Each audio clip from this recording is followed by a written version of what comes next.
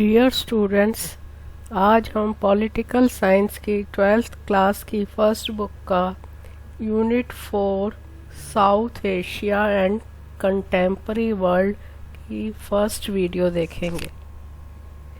इस वीडियो में हम विभिन्न विषयों का अध्ययन करेंगे। पहला है South Asia and contemporary world, दक्षिण एशिया और समकालीन दुनिया। स्ट्रगल इन साउथ एशिया, दक्षिण एशिया में संघर्ष। Efforts for peace and democratization, शांति के प्रयास और लोकतंत्रीकरण। और पाकिस्तान, नेपाल, बांग्लादेश, श्रीलंका और मालदीव के बारे में अध्ययन करेंगे।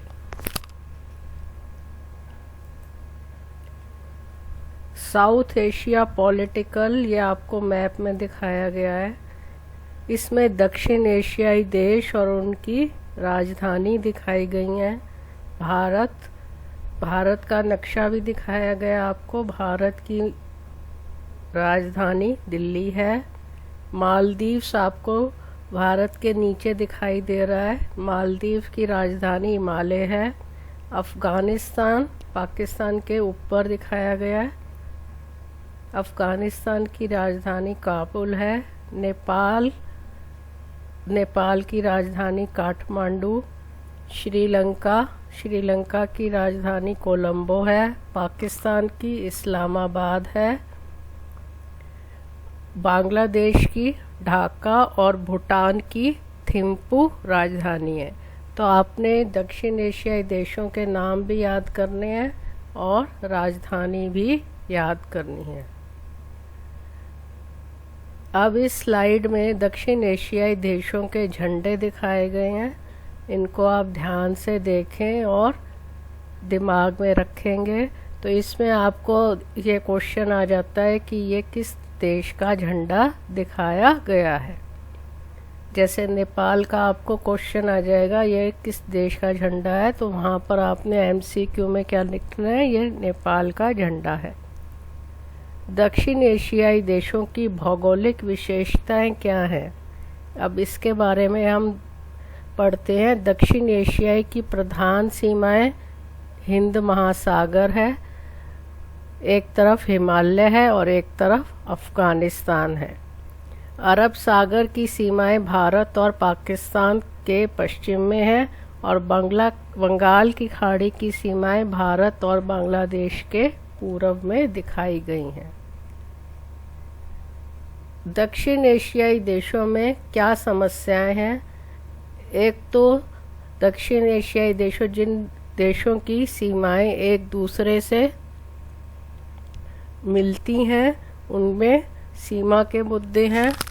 पानी के विवाद के ऊपर मुद्दे हैं। जातिगत विवाद, कम्युनिटी के ऊपर मुद्दे हैं। और प्राकृतिक संसाधन किसके पास होंगे, इसके ऊपर दक्षिण एशियाई देशों में विवाद है।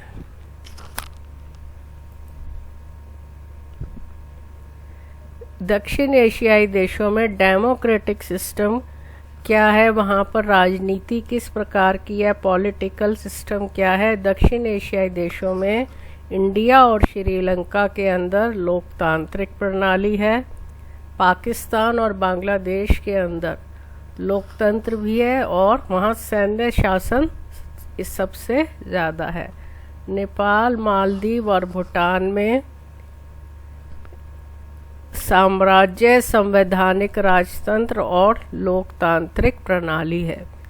लोकतांत्रिक प्रणाली के साथ साथ वहाँ पर राजतंत्र भी है और साम्राज्य भी है।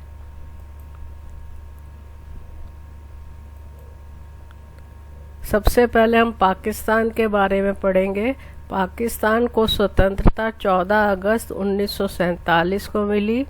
यहाँ पर लोकतांत्रिक गणराज्य है और संसदीय गणराज्य है। यहाँ पर संघीय सरकार है और द्विसदनीय संसद है। संसद के अंदर 2 सदन हैं, लोकसभा और राज्यसभा।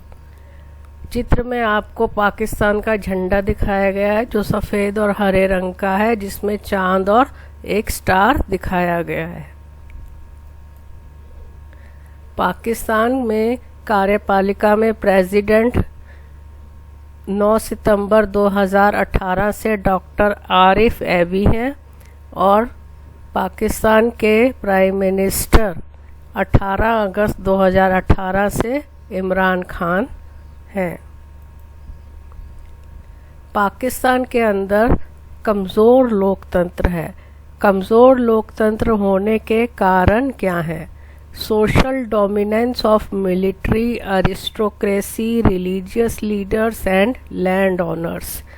पाकिस्तान में सैन्य, अभिजात वर्ग, धार्मिक नेता और जमींदारों का प्रभुत्व है। पाकिस्तान में सेना ज़्यादा डोमिनेट करती है। Pakistan conflicts with India. Pakistan का भारत के साथ बहुत अधिक टकराव है। Lack of international support. Pakistan का अंतर्राष्ट्रीय समर्थन में पाकिस्तान को अंतर्राष्ट्रीय समर्थन नहीं मिल रहा है। पाकिस्तान टेररिस्ट ऑर्गेनाइजेशन को पनाह देता है। US in favour of military authoritarian. सैन्य शासन के पक्ष में अमेरिका है। पाकिस्तान ने बहुत सारा धन रक्षा के ऊपर खर्च किया है। मतलब सैन्य शक्ति पर, परमाणु शक्ति पर पाकिस्तान ज़्यादा खर्च कर रहा है। तो इस पर खर्च करने से वो अपनी जनता के ऊपर और देश के विकास के ऊपर कार्य नहीं कर रहा। भारत और पाकिस्तान के बीच में बहुत बार युद्ध हुए हैं। आज़ादी के बाद सबसे पहले युद्ध 1947 और 48 में हुआ, जिसमें कश्मीर के मुद्दे शामिल थे। उसके बाद 1965 में हुआ। 1971 में भारत पाकिस्तान युद्ध हुआ। भारत पाकिस्तान युद्ध में बांग्लादेश एक नए देश के रूप में उभर कर आया। बांग्लादेश को स्वतंत्रता मिली। 1999 में कारगिल वार हुआ। भारत और पाकिस्तान के बीच में सियाचिन ग्लेशियर और रन ऑफ कच्छ के बीच में विवाद है। भारत और पाकिस्तान के बीच में सिंधु नदी को लेकर भी विवाद है। तो इन सभी विवादों के कारण दोनों देशों में संघर्ष होता रहता है और भारत और पाकिस्तान में इतने ज़्यादा युद्ध हुए हैं कि पाकिस्तान अपनी ज़्यादा शक्ति अपनी सेना पर ज़्यादा खर्च कर रहा है और पाकिस्तान में आर्थिक विकास बहुत कम है। भारत और पाकिस्तान के संबंध। भारत और पाकिस्तान में हथियारों और परमाणु हथियारों को रखने के ऊपर रणनीतिक विवाद है। मतलब दोनों देशों में होड़ लगी हुई है कि किसके पास ज़्यादा हथियार है, किसके पास ज़्यादा सैन्य शक्ति है। और भारत और पाकिस्तान की सेना में कई बार झड़पें होती रहती हैं बॉर्डर पर। आप सुनते होंगे अब यहाँ पर LOC पर बमबारी हो गई, अब यहाँ पर बमबारी हो गई। तो भारत और पाकिस्तान के बीच में विवाद चलते रहते हैं। Pakistan is giving support to terrorist organisation. Pakistan आतंकवादी संगठनों को बहुत सहायता दे रहा है। इसके बावजूद भारत और पाकिस्तान के बीच में कल्चरल एक्सचेंज, सांस्कृतिक एक्सचेंज कार्यक्रम भी होते रहते हैं। चित्र में आपको वाघा बॉर्डर का चित्र दिखाया गया है, जहाँ पर लोग एक दूसरे से वाघा बॉर्डर पर एक दूसरे से मिल सकते हैं। चित्र में एक कार्टून बेस्ड क्वेश्चन है। आपको बताना है कार्टून क्या दर्शा रहा है। इसमें एक बोर्ड दिखाया गया है और नीचे एक नेता है। आपको नेता का नाम बताना है। ये पाकिस्तान के नेता परवेज मुशर्रफ पाकिस्तान के राष्ट्रपति भी हैं और सेना अध्यक्ष भी हैं। इसमें दोहरा शासन दिखाया गया है। यह समीकरण क्या बताता है? यह समीकरण यह बताता है कि राष्ट्रपति के बजाय एक व्यक्ति के सैन्य प्रभुत्व के बारे में बता रहा है। इस समीकरण से पता चलता है कि राष्ट्रपति का प्रभुत्व नहीं है, लेकिन सेना का प्रभुत्व है। आगे नेक्स्ट क्वेश्चन है, इसमें कहा गया है I am always good at calculations, what does this represent?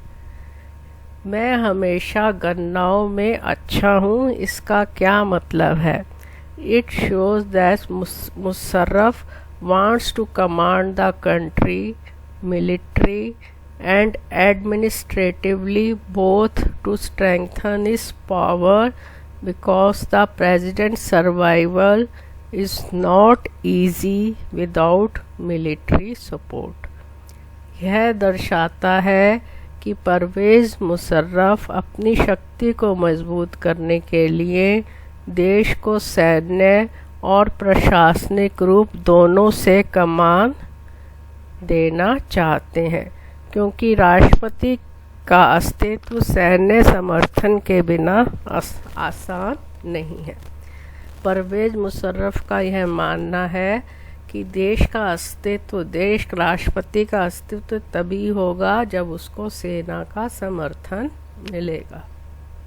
तो ये कार्टून बेस्ड क्वेश्चन आपको एग्ज़ाम में आते हैं, तो इनको आप ध्यान से पढ़ेंगे। एक और कार्टून आपको दिखाया गया है, उपरोक्त कार्टून किस देश से संबंधित है? आपको बताना है कि ये कार्टून किस देश से संबंध रख रहा है। यह कार्टून भारत और पाकिस्तान के बारे में बता रहा है। कार्टून क्या दर्शाता है? कार्टून में क्या दिखाया गया है? भारत पाक वार्ता, भारत पाकिस्तान की वार्ता दिखाई गई है। भारत और पाकिस्तान के बीच विवाद कैसे सुलझ सकता है? आपको पता है भारत और पाकिस्तान के बीच में विभिन्न समस्याओं के बारे में विवाद है। तो क्वेश्चन ये है कि भारत और पाकिस्तान के बीच विवाद कैसे सुलझेगा? दोनों देशों के बीच में बातचीत द्वारा, समझौते द्वारा यह विवाद सुलझ सकता है। तो इस कार्टून को पहले आप ध्यान से देखें और फिर उसके प्रश्नों का उत्तर दें। दक्षिण एशियाई देशों में अगला देश है बांग्लादेश। चित्र में आपको बांग्लादेश का झंडा दिखाया गया है। ये ग्रीन कलर का है, बीच में रेड कलर का एक गोला दिखाया गया है। बांग्लादेश की राजधानी ढाका है और इसकी मुद्रा रुपया है। बांग्लादेश के अंदर जो संसद है उसमें लोकतांत्रिक गणराज्य है, पार्लियामेंट्री सिस्टम है। प्रधानमंत्री सरकार के प्रमुख हैं और यहाँ पर बहुदल प्रणाली है, मतलब जब चुनाव होते हैं तो बहुत सारे लोग भाग लेते हैं। पाकिस्तान की कार्यपालिका में आपको चित्र में दिखाया गया है, पाकिस्तान के राष्ट्रपति मोहम्मद अब्दुल हमीद हैं और पाकिस्तान की 10वीं प्रधानमंत्री जो 2009 से हैं वो शेख हसीना है। अब बांग्लादेश को स्वतंत्रता कब मिली थी? बांग्लादेश जब हमारा देश आज़ाद हुआ 1947 में, तब से यह पाकिस्तान का एक हिस्सा था और इसको पश्चिमी पाकिस्तान के नाम से जाना जाता था। 1947 से 1971 तक यह पाकिस्तान का हिस्सा था और इसको हम क्या कहते थे? पश्चिमी पाकिस्तान। पश्चिमी पाकिस्तान के वर्चस्व और उर्दू भाषा को लागू करने के खिलाफ उसने विरोध करना शुरू कर दिया।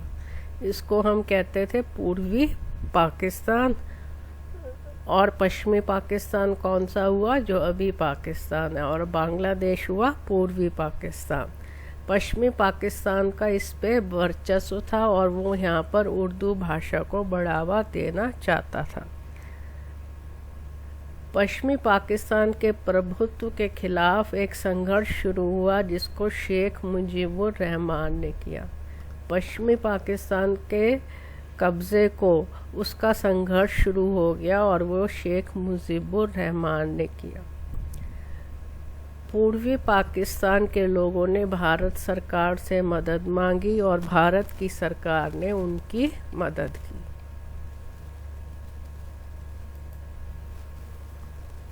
भारत और पाकिस्तान के बीच में युद्ध हो गया। युद्ध का कारण क्या था? पूर्वी पाकिस्तान के लोगों ने भारत से सहायता मांगी। जो पाकिस्तान था वो इसको